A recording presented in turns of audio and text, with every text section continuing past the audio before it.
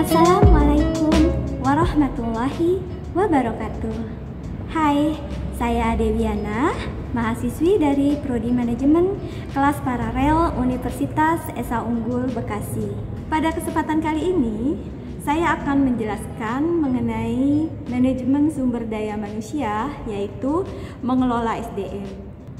Manajemen sumber daya manusia merupakan proses pencapaian tujuan organisasi melalui pengorganisasian, penyusunan personalia, pengarahan, pengembangan SDM, pemberian kompensasi dari sumber daya manusia yang ada dalam organisasi.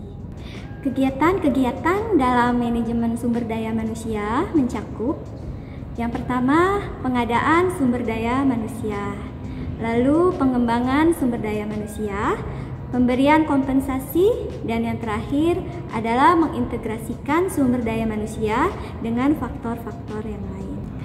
Sekarang kita akan memasuki fungsi dari manajemen sumber daya manusia. Yang pertama adalah proses perencanaan SDM. Perencanaan SDM merupakan proses menentukan kebutuhan SDM dan menjamin organisasi memiliki jumlah dan kualitas yang sesuai dengan kebutuhan pada saat yang tepat. Selanjutnya, fungsi manajemen SDM yang kedua adalah fungsi penarikan dan seleksi karyawan. Penarikan merupakan proses pencarian dan memikat calon tenaga kerja yang mampu melamar dan melamar sebagai calon pelamar dengan kualifikasi yang terbaik bagi perusahaan. Dan seleksi adalah proses manajemen SDM yang dimulai dari penyaringan awal dan diakhiri dengan keputusan tentang orang yang diterima sebagai tenaga kerja untuk suatu pekerjaan tertentu. Selanjutnya, fungsi manajemen SDM yang ketiga adalah fungsi pelatihan dan pengembangan sumber daya manusia. Pelatihan SDM merupakan suatu aktivitas untuk mendidik karyawan tentang bagaimana melakukan suatu pekerjaan.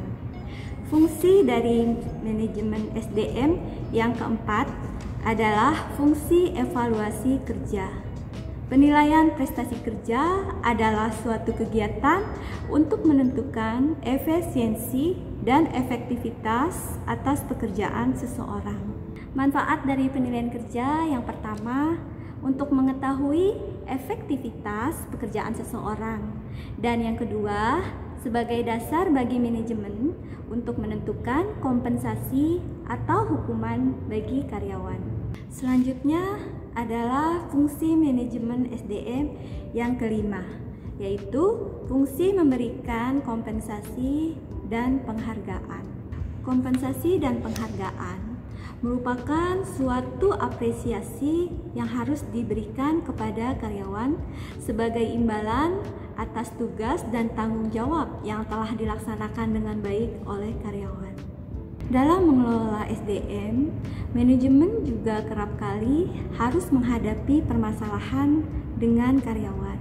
Namun tentu saja perusahaan tidak dapat semena-mena mengambil suatu keputusan untuk permasalahan tersebut, karena pada dasarnya perusahaan dipandang sebagai suatu organisasi yang telah melakukan kesepakatan kerjasama dengan karyawan dan menandatangani kontrak.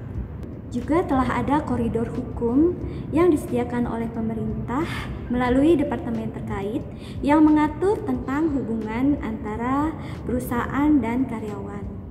Dan ada salah satu cara untuk menyuarakan kepentingan karyawan terhadap manajemen, yaitu melalui pembentukan serikat buruh.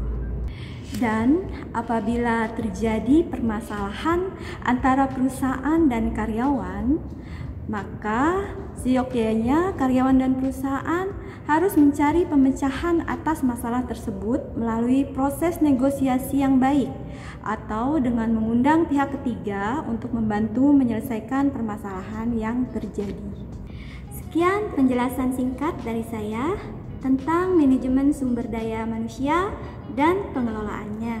Semoga bermanfaat bagi kita semua. Sekian dan terima kasih.